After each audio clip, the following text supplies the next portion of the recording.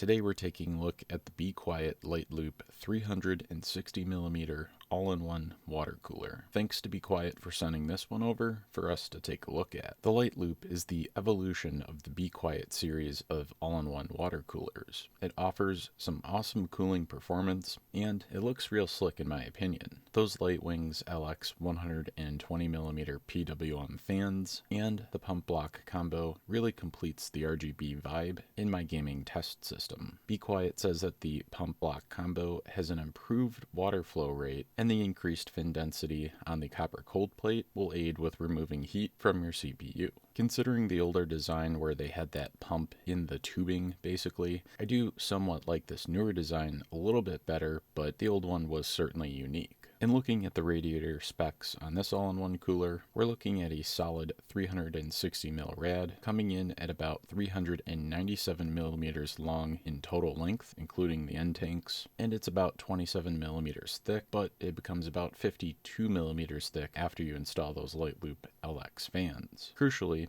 as with most of the Be Quiet loops, this loop is drainable, or refillable. Basically, there's a built-in screw in the radiator that you can remove to either drain it or just top off the fluid. Over the course of a couple of years, it's totally normal for some of the liquid in a closed loop system like this to just evaporate through the tubing. Be Quiet actually goes one step further than most of the other brands, and they actually give you a bottle of distilled water that you can use to actually top off your cooler.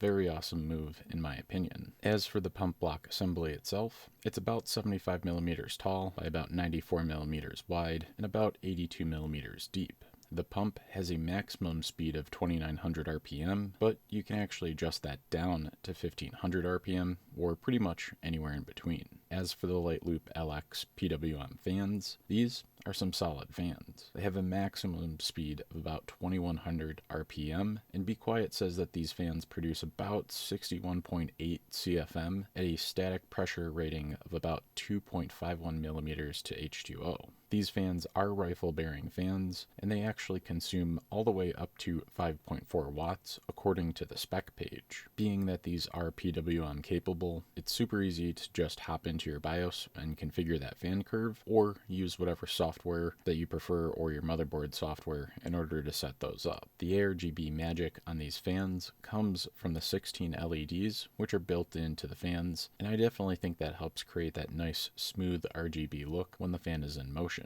The magic of the air moving through the fan comes from those 9 fan blades. Be Quiet designed these fan blades to perform relatively well in terms of airflow and pressure, as well as noise. The blades extend very far out, almost right up to the frame, and of course they have the tried and true ribbing blade design. As for the sound output, Be Quiet rates this water cooler at 17.2 dBA at 50% fan speeds, 29.1 dBA at 75% fan speeds, and 38 and 36.8 dBA at 100% fan speed. I measured the sound output with the Decibel app on my smartphone to get a rough idea of total system noise output. At my 50% fan speed testing, I recorded about 25.5 dBA worth of sound output. At the 100% fan speed test, I recorded an average of about 40.6 dBA. For the Ryzen 9700X, about 50 or 60% fan speed is ideal, at least for my preference.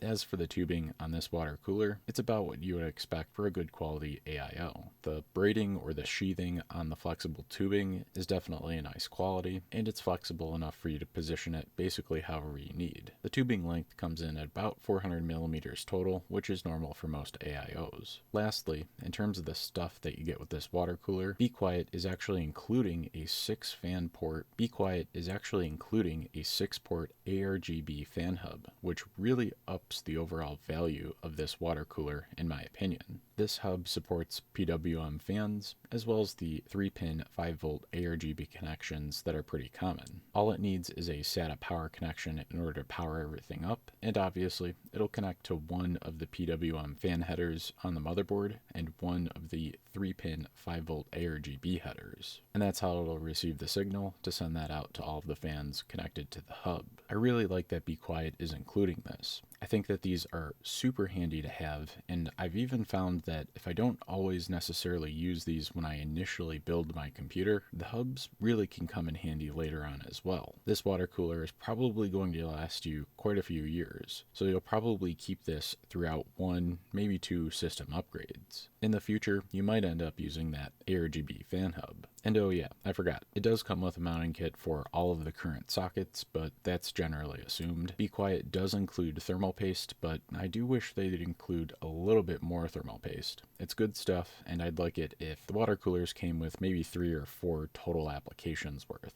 My test system is my Ryzen 9700X setup with 32 gigabytes of G.Skill DDR5 memory and my Asus RTX 4070 Super. In terms of my testing with this cooler, I ran a set of 50% fan and pump speed tests, as well as a set of 100% fan and pump speed tests. My 9700X was set to the 105 watt TDP mode, and the testing was in Prime 95 and the 3D Mark CPU profile test. In the Prime 95 smallest FFT testing with the 50% fan and pump speed, the CPU was averaging about 76.5 C with a clock speed that averaged out to about 4.5 gigahertz. But then when I cranked that AIO up to 100%, the CPU averaged about the same temperature, about 76.2, but I actually noticed the average clock speed increased to about 4.52 gigahertz. That might not sound like a huge jump, but since this is Prime 95 and this is pretty much the most intense thing you can run on a CPU, that is actually a meaningful and repeatable increase in performance at the same temperature. I also ran the 3D Mark CPU profile testing. At the 50% speed test, the max thread score was about 10,206, which interestingly enough did not improve at all with the 100% speed test. As for the 16 thread test, I saw a super slim difference between the 50 and 100% fan speed testing, but in my opinion, it was not really meaningful. For the 8 thread test though, the 50% fan speed and pump speed test produced about 8,800 points. And then when I increased that to 100% fan speed and pump speed, we did see about 9,100 points on average. The 4 thread test also saw a little bit of a score bump from 4,880-ish to about 4,980-ish